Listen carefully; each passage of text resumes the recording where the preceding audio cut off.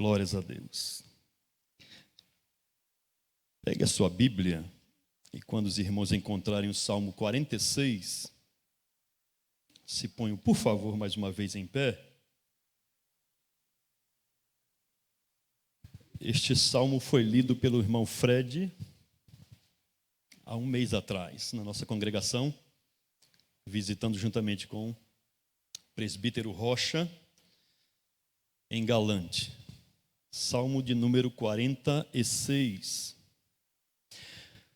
Está conosco a minha esposa,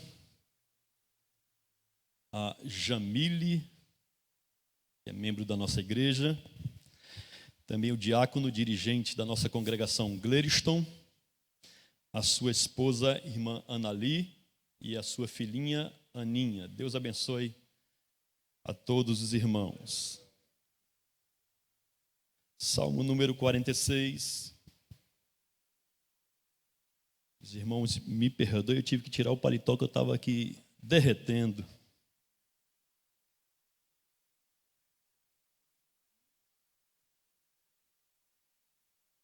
Salmo número 46 diz o seguinte: Deus é nosso refúgio e fortaleza, socorro bem presente na angústia. Pelo que não temerei, ainda que a terra se mude, e ainda que os montes se transportem para o meio dos mares, ainda que as águas rujam e se perturbem, ainda que os montes se abalem pela sua braveza, há um rio cujas correntes alegra a cidade de Deus, o santuário das moradas do Altíssimo. Deus está no meio dela, não será abalada. Deus a ajudará ao romper da manhã. As nações se embraveceram, os reinos se moveram. Ele levantou a sua voz e a terra se derreteu. O Senhor dos exércitos está conosco. O Deus de Jacó é o nosso refúgio. Vinde, contemplai as obras do Senhor, que desolações tem feito na terra. Ele faz cessar as guerras até o fim da terra, quebra o arco e corta a lança, queima os carros no fogo. Aquietai-vos e sabei que eu sou Deus. Serei exaltado entre as nações, serei exaltado sobre a terra. O Senhor dos exércitos está conosco, o Deus de Jacó é o nosso refúgio. Vamos toda a igreja, eu sempre digo na nossa igreja, como a letra que a jovem acabou de cantar, é Deus quem escolhe.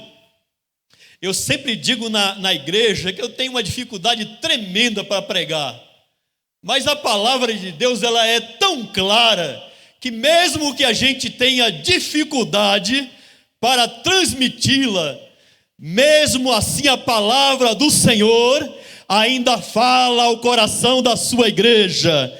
Versículo número 11, toda a igreja bem forte. O Senhor,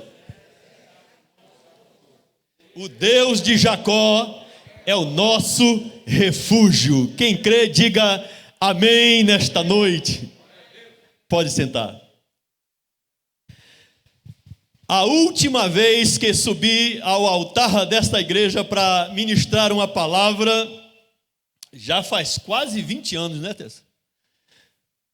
Meu filho tinha 9 anos de idade. Eu vim testemunhar do que Deus fez na minha vida.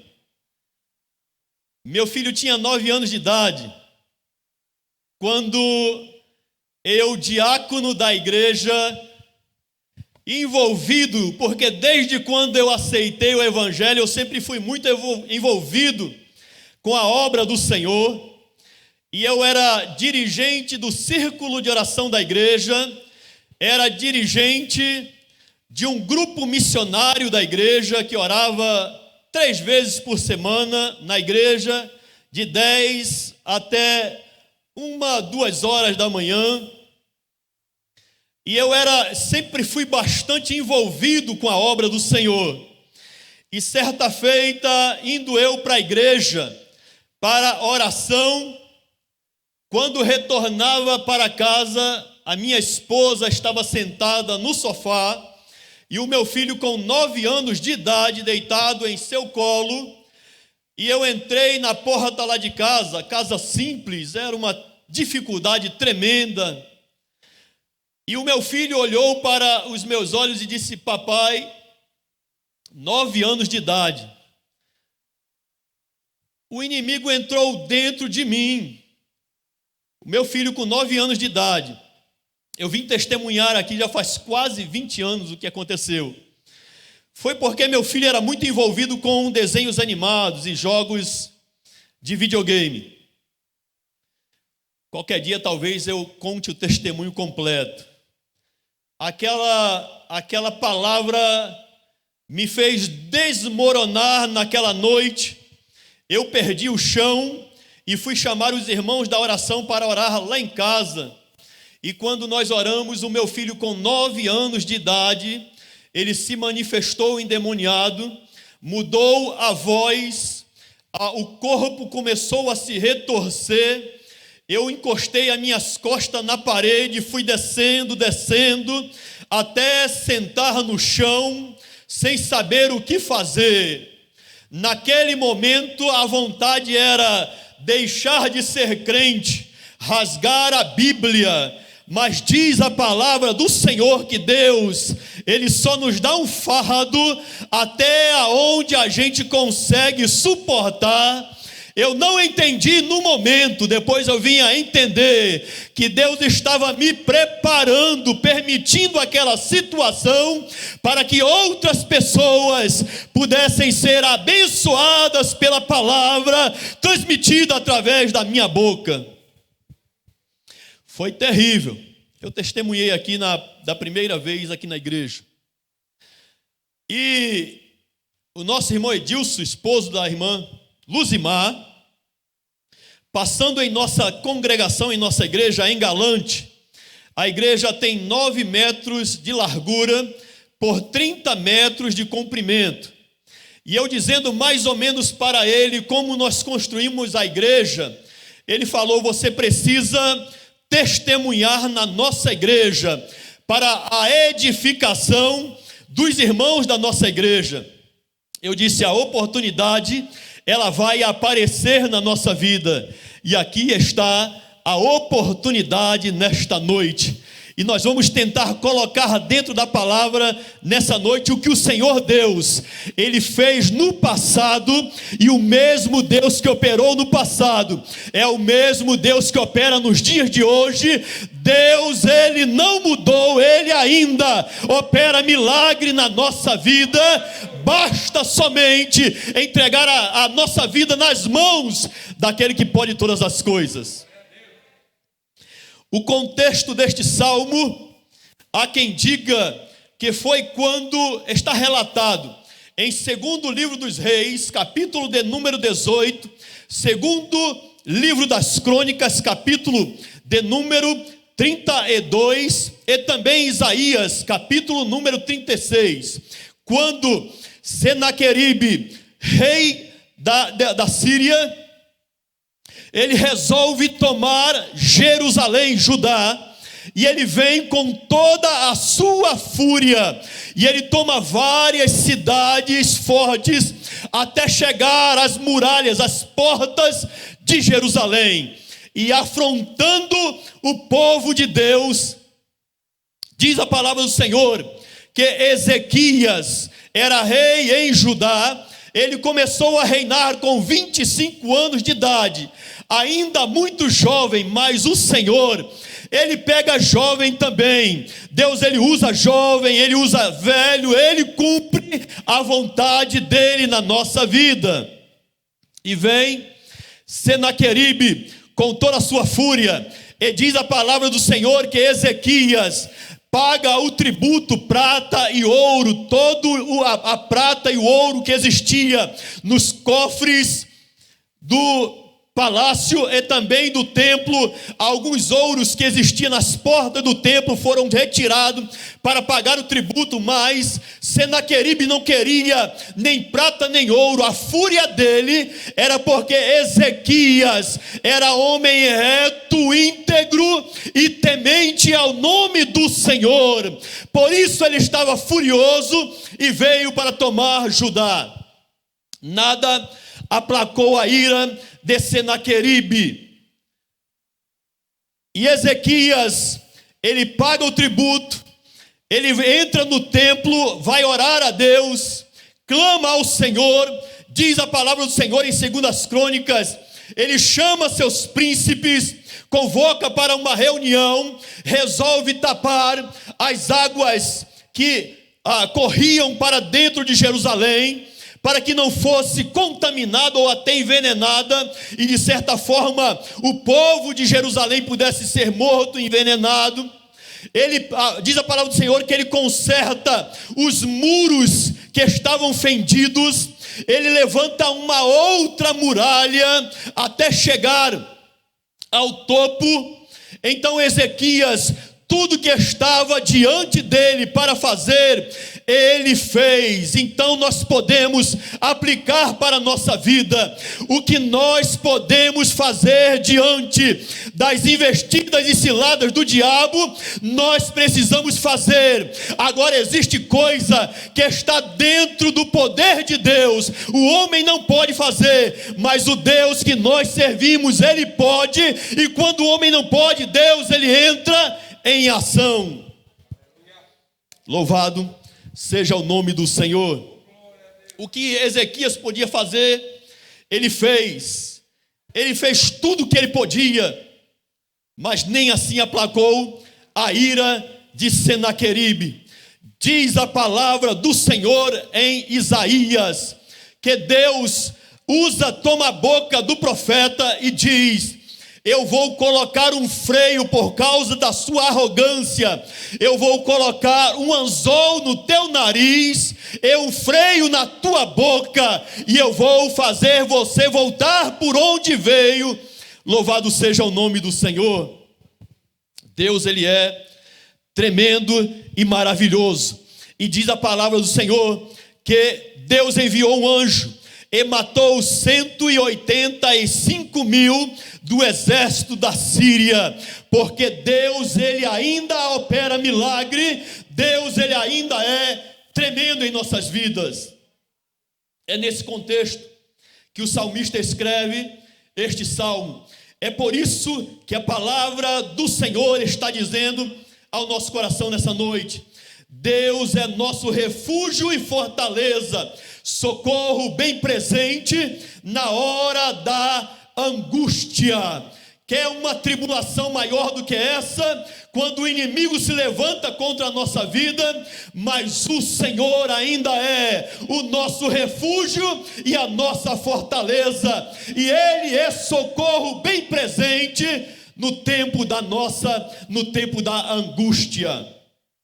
Refúgio é lugar onde se foge para escapar a um perigo, aquilo que serve de amparo, de proteção, um local tranquilo que oferece paz, um esconderijo.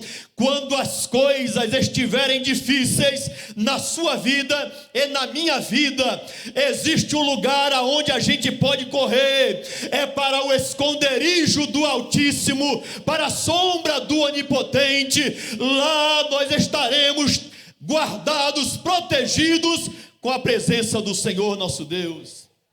Fortaleza, característica de forte, força, vigor e robustez. Louvado seja o nome do Senhor nosso Deus. É nesse contexto que o salmista escreve este salmo. Mas o irmão passando em nossa igreja, ele disse: conte para a igreja o que é que Deus fez aqui em Galante. Nós somos de Galante. Vai fazer 2 anos que nós estamos ligados à missão evangelizadora do Nordeste. Mas nós estávamos ainda como uma igreja independente. Não tínhamos ainda uma filiação quando eu resolvi vender 2 casas que eu tenho para comprar um terreno para construir a nossa igreja.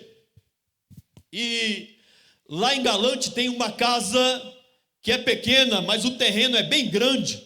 E eu procurei o dono da casa e disse: eu te dou 2 casas na sua casa para construir a igreja neste terreno. O rapaz, ele não quis aceitar. Eu fiquei desapontado e fui buscar a face de Deus em oração e procurei uma outra pessoa que tinha uma outra casa com um terreno bem grande para construir a nossa igreja. E também do mesmo jeito, as portas estavam fechadas. E aonde está construído a nossa igreja, quem foi em Galante sabe aonde fica. Eu passava vários dias por aquela rua, estava cheio de mato, e bem perto passa uma rede da Paulo Afonso. E eu fui procurar o dono do terreno para construir a nossa igreja. Não tinha dinheiro no caixa, o número de membros da nossa igreja era bem pouquinho, não dava nem para pagar as contas fixas da igreja. E eu fui procurar o dono do terreno, e perguntando ao rapaz quem era o dono daquele terreno que está a igreja, estava cheio de mato. Ele disse: nem vá procurar, porque a rede da Paulo Afonso indenizou essa parte. Se construir, eles vêm e derrubam. Eu me desanimei, mas eu fui com a minha esposa procurar o dono do terreno. O nome do rapaz é Júnior, e nós fomos na casa dele num dia de domingo à tarde. E ele tinha saído, nós ficamos conversando com a mãe do rapaz. E quando nós estávamos já a tarde caindo, estava escurecendo, o rapaz vinha de Campina Grande, o dono do terreno, e ele vinha andando todo cheio de chagas, da palma da mão até a cabeça, até os pés, estava cheio de feridas, as partes íntimas dele cheias de ferida. E nós conversando com o rapaz, eu perguntei: o que foi isso que aconteceu? Ele disse: eu já fui para Campina Grande, vários médicos tiram fotos, fazem os exames, manda para Brasília, vai para São Paulo, e ninguém consegue resolver o problema que está no meu corpo. Vários exames foram feitos e nada resolve o problema da minha enfermidade. Eu disse para ele: nós vamos subir o monte numa segunda-feira e nós vamos orar pela sua vida. E eu creio que Deus vai curar essas suas chagas, essas suas enfermidades. Ele agradeceu e perguntou: o que é que você veio fazer aqui? Eu disse: eu vim perguntar quanto é o terreno, aquele terreno lá no Jardim Menezes de Galante. Ele disse: eu não vendo, é para os meus filhos que estão crescendo, para construírem a casa deles naquele lugar. Já me ofereceram o caminhão, ele é caminhoneiro, e eu não me desfiz do terreno. Eu disse: mas mesmo assim nós vamos subir o monte e nós vamos orar pela sua vida. E subimos o monte numa segunda-feira, e eu disse para ele: 11h30 da noite, nós vamos levantar um clamor pela sua vida, e Deus vai curar essa enfermidade que está no seu corpo. Ele disse: eu agradeço. E nós fomos subir o monte naquela segunda-feira, e 11h30, Gleiriston está ali, nós estávamos no monte, 11h30 da noite, nós começamos a levantar um clamor pela vida do rapaz. Ele estava em casa, e ele disse que 11h30 da noite, o corpo dele começou a queimar com um fogo tremendo. Ele correu para dentro do banheiro, e as feridas que estavam no corpo dele naquela segunda-feira, começou a estourar uma após a outra. Ele saiu de dentro do banheiro 4 horas da manhã gritando, e as feridas estourando. Ele gastou 4 rolos de papel higiênico. Todas as feridas do corpo dele estourou na noite em que nós estávamos clamando a Deus lá no monte. Sabe por quê? Porque Deus é o mesmo, Ele ainda não mudou. Deus, Ele ainda é o mesmo na nossa vida. 11h30 da noite ele entrou no banheiro, saiu 4 horas da manhã, gastou 4 rolos de papel higiênico. Todas as feridas do corpo dele estouraram.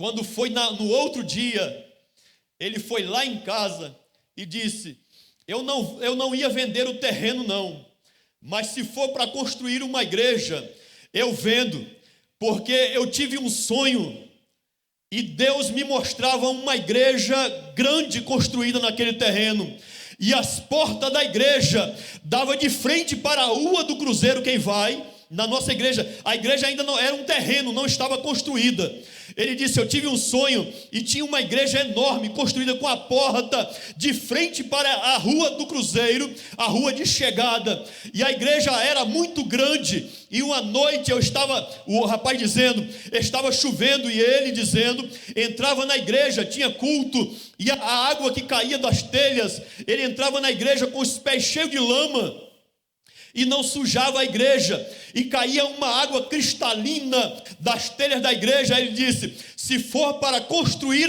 uma igreja, eu vendo o terreno, porque Deus falou comigo, porque Deus, Ele ainda fala. Louvado seja o nome do Senhor.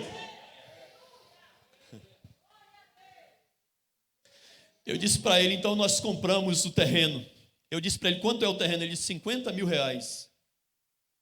Fazem 8 anos dessas. 8 anos, ele falou R$50 mil do terreno. Eu disse para ele: está comprado. Sabe quanto nós tínhamos no caixa? Nenhuma arruela no caixa da igreja. Eu cheguei lá e disse: está comprado o terreno. Ele disse: está vendido o terreno. Eu apertei a mão dele com cuidado e fui para a igreja dizer para a tesouraria. Eu disse para o nosso tesoureiro: já comprei o terreno. Rapaz, o tesoureiro disse: quanto foi? R$50 mil. Ele disse: vai pagar como? Eu não sei, mas eu sei que Deus vai abrir as portas para que a gente pague o terreno da igreja. Não vai deixar o nome da gente com problemas. E aí eu fui buscar o jeito agora para pagar o terreno da igreja que nós havíamos comprado, adquirido, sem dinheiro. Eu tinha comprado um carro novo há pouco tempo, no valor de R$37 mil. Eu fui até a casa do rapaz e disse: eu dou o meu carro no valor de R$20 mil e te pago 20 mil em dinheiro no terreno. Quando ele viu o carro todo elétrico, o carro era top de linha, ele disse: está feito.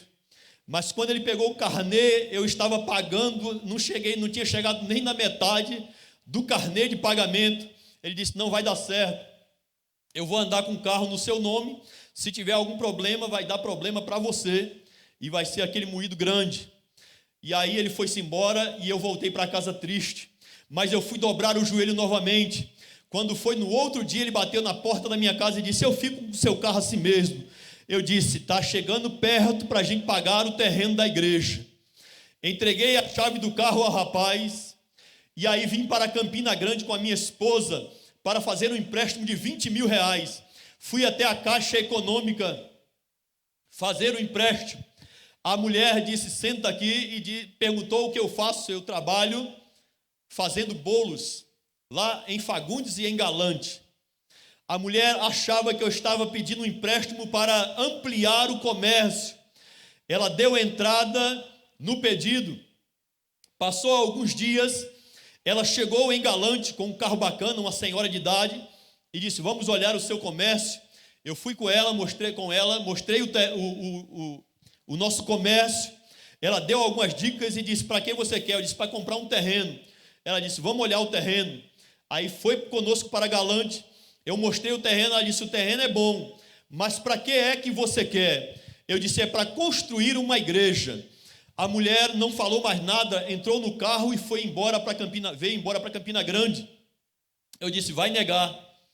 Com uma semana, ela ligou para a Galante e disse, venha buscar o dinheiro, porque o empréstimo, o dinheiro está liberado na sua conta.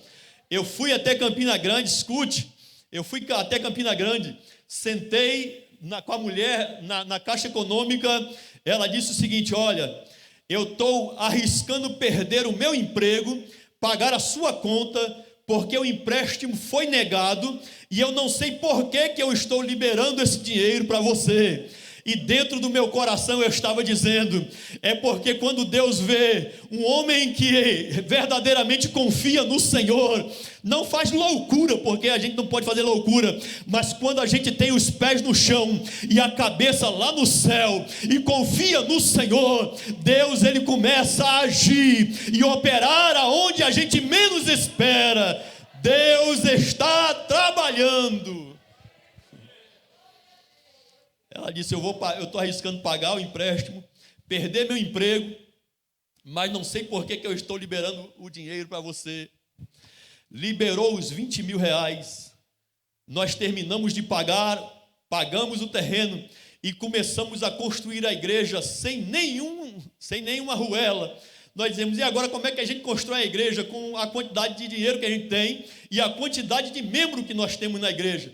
Nós nos reunimos e dissemos, a gente cava o primeiro buraco e Deus vai começar a abrir as portas. Nós fomos para o terreno, limpamos o terreno e começamos a fazer o primeiro buraco. Começou a chegar, quando a gente começou a cavar o primeiro buraco, começou a encostar pessoas na porta, na frente do terreno e perguntar, vocês estão fazendo o quê? E a gente dizia, nós vamos construir uma igreja. Daqui a pouco encostava caminhão de brita, caminhão de areia, saco de cimento. E em um ano, escute bem, em um ano, a igreja que não tinha dinheiro para comprar o terreno, que não tinha condições para construir, em um ano levantamos aquele templo lá em Galante, trabalhando no sábado e domingo e feriado, com uma obra voluntária, levantamos a igreja, cobrimos a igreja, o templo foi levantado para a glória do nome do Senhor, porque o Deus de Jacó é o nosso Deus, o Senhor dos exércitos, Ele está conosco. O rapaz que vendeu foi curado, aí ele nos procurou depois e disse o seguinte, pastor, ele disse, lá em casa, no terreno, eu comecei a limpar o terreno da casa dele, e tinha umas tábuas velhas encostadas no canto do muro. Ele começou a tirar as tábuas, tinha uma caixa de cimento, onde fica o registro que fecha a água da nossa casa. Ele disse que quando tirou a tampa, saiu um bocado de muriçoca de dentro, e um sapo bem grande, todo espetado de prego, e o sapo estava andando justamente do jeito que ele estava andando. Ele descobriu que foi uma antiga esposa dele que fez um trabalho de macumba para ele. Mas repara como é que Deus trabalha para dar vitória ao crente. Deus permitiu tudo aquilo para que ele pudesse ver o poder e sentir o poder de Deus, para que ele vendesse um terreno que ele não planejava vender, para que hoje em Galante tivesse uma congregação que é filha desta igreja, para que o nome do Senhor pudesse ser glorificado e exaltado naquele lugar. Como a irmã estava cantando, José passou por tudo aquilo, mas o nome do Senhor foi glorificado na vida de José, e ele passou a ser governador. Às vezes a gente não entende o trabalhar de Deus, mas amanhã você vai entender que o Deus que você serve está trabalhando, está operando na sua casa, na sua vida e na sua família. Quando nós levantamos as paredes da igreja, vou encerrar agora, a Jamile vai cantar. Jamile, entregue por favor o playback os irmãos lá atrás para colocar. Quando nós levantamos as paredes da igreja, a gente procurou um rapaz que trabalha com a parte da estrutura de cima, da cobertura, e um rapaz pediu 21 mil reais para cobrir a igreja. É bastante grande para uma congregação que é pequena, que não tinha recurso financeiro. Nós levantamos as paredes e o homem pediu 21 mil reais. Nós dissemos, não temos condições. Na nossa igreja tem um rapaz que é serralheiro. Ele nunca fez aquela estrutura, mas ele disse, vamos fazer o seguinte, a igreja compra o material no cartão, eu vou fazer as tesouras e nós vamos cobrir a igreja.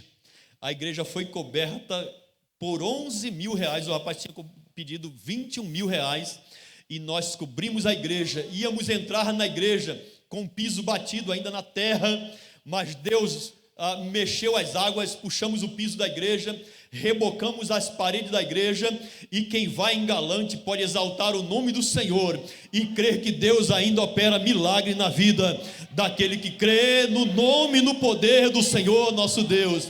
Creia que Deus, o Deus de Jacó, é o mesmo, Ele não mudou, e que Ele nos abençoe, nos fortaleça, em nome de Jesus. Jamile?